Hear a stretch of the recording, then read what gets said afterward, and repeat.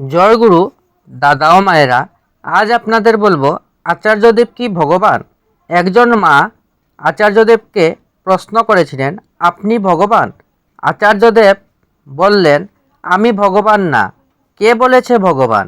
আপনি মানুষের কথা শুনে ভেবেছেন আমি ভগবান? আপনি কি আমাকে জেনেছেন? আপনি আমার কতটুকু সঙ্গ করেছেন? লোকের কথা শুনে আপনার ধারণা হয়েছে আমি ভগবান। আমি একটি সাধারণ নাংলা মানুষ, এইটাই আমি জানি। আর আমি ঠাকুর ধরে চলি, আমার ঠাকুর ভগবান, এটা আমি জানি। তিনি ভগবান, আমি তাকে ধরে যেটুকু হয়ে উঠেছি, আপনিও তাকে ধরেন, আপনি আমার মতো হয়ে যাবেন। ওই মা বললেন, কৃপা করবেন।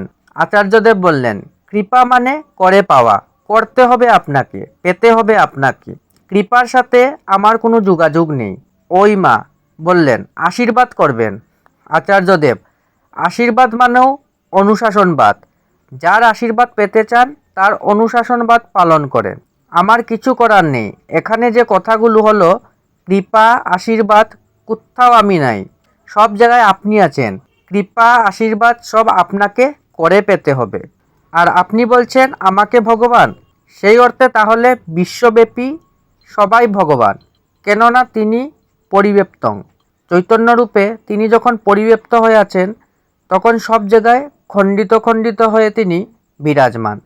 সব মানুষের মধ্যেই ভগবান। ভগবান হতে গেলে আপনাকেই সাধনা করে হতে হবে। আলোচনা আশ্বিন 1429 অক্টোবর 2022 থেকে নেওয়া হয়েছে। জয় গুরু।